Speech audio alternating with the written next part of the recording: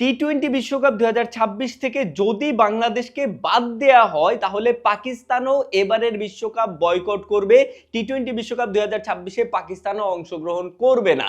যদিও এইটা অফিসিয়াল কোনো নিউজ না, মানে পিসিবি বা পাকিস্তান ক্রিকেট বোর্ড অফিসিয়াল এটা জানায় নাই।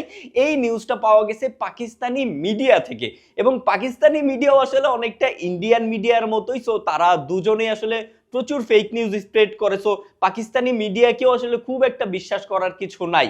বাট যদি এই নিউজটা কোনোভাবে সত্যি হয়ে যায়, যদি কোনোভাবে পাকিস্তান এইবারের বিশ্বকাপ বয়কট করে দেয়, মানে এই গার্ডস পাকিস্তান আদৌ রাখতে পারবে কিনা সেটা নিয়ে আমার সন্দেহ আছে। যতই পাকিস্তান একসময় বাংলাদেশের অংশ থাকুক, বাট বাংলাদেশ যেই গার্ডসটা দেখাইছে, বাংলাদেশ যেই সাহসটা দেখাইছে, এতটুকু সাহস বা এতটুকু গার্ডস পাকিস্তান আদৌ দেখাইতে পারবে কিনা সেটা নিয়ে আমার সন্দেহ আছে। বাট যদি পাকিস্তান এটা করতে পারে ভাই, তাইলে মজাই হয়ে যাবে। মানে পাকিস্তানি মিডিয়া মারফত যেটা জানা গেছে যে তারা বলছে টি-20 বিশ্বকাপ, মানে বাংলাদেশ তো অলরেডি বলে দিছে, বাংলাদেশ তাদের ফাইনাল স্টেটমেন্ট দিয়ে দিছে যে টি-20 বিশ্বকাপের ম্যাচগুলো তারা খেলতে ভারতে যাবে না। যদি ভারত থেকে ম্যাচগুলো সরিয়ে শ্রীলঙ্কায় দেয়া হয় তাহলেই একমাত্র বাংলাদেশ এবারের বিশ্বকাপে অংশগ্রহণ করবে। যদি না দেয়া হয় তাহলে এইবারের বিশ্বকাপে বাংলাদেশ অংশগ্রহণই করবে না।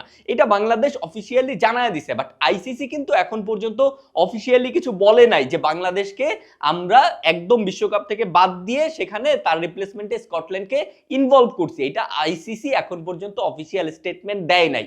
পাকিস্তানি মিডিয়া বলতেছে যেই দিন বা যখন আইসিসি অফিসিয়ালি এটা বলবে যে আমরা আমাদের সিদ্ধান্তে অনর, আমরা ডিসাইড করছি যে বাংলাদেশকে এবারের বিশ্বকাপ থেকে বাদ দিয়ে তার পরিবর্তে স্কটল্যান্ডকে অন্তর্ভুক্ত করছি, এইটা যেই সময় আইসিসি অফিসিয়ালি অ্যানাউন্স করবে তখন নাকি পিসিবি বা পাকিস্তানি ক্রিকেট বোর্ডও এই বিশ্বকাপ বয়কট করবে। মানে টি-20 বিশ্বকাপ 2026-এ তখন পাকিস্তানও আর খেলবে না।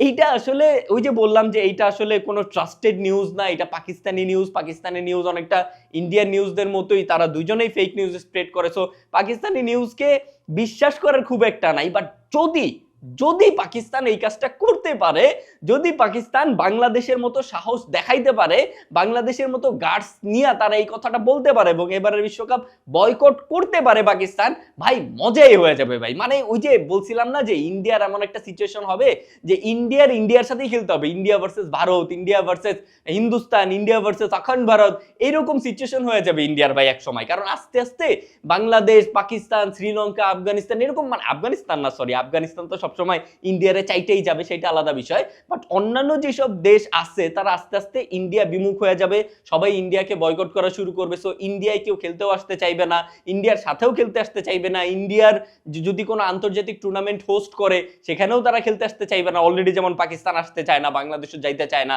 সেরকম আস্তে আস্তে সব দেশই আসলে, সব ক্রিকেট নেশনগুলোই আসলে ইন্ডিয়া বিমুখ হয়ে যাবে। সো একটা সময় ইন্ডিয়ায় আর কেউ খেলতে আসতে চাইবে না। সো ইন্ডিয়া একরকম এক ঘরে হয়ে যাবে বলেই আমার ধারণা। সো যদি পাকিস্তান সত্যিকার অর্থেই এই, মানে এই নিউজটা যদি সত্যি হয় এবং যদি পাকিস্তান সত্যিকার অর্থেই এইবারের বিশ্বকাপ বয়কট করতে পারে ভাই, তাইলে একটা মজাই হয়ে যাবে।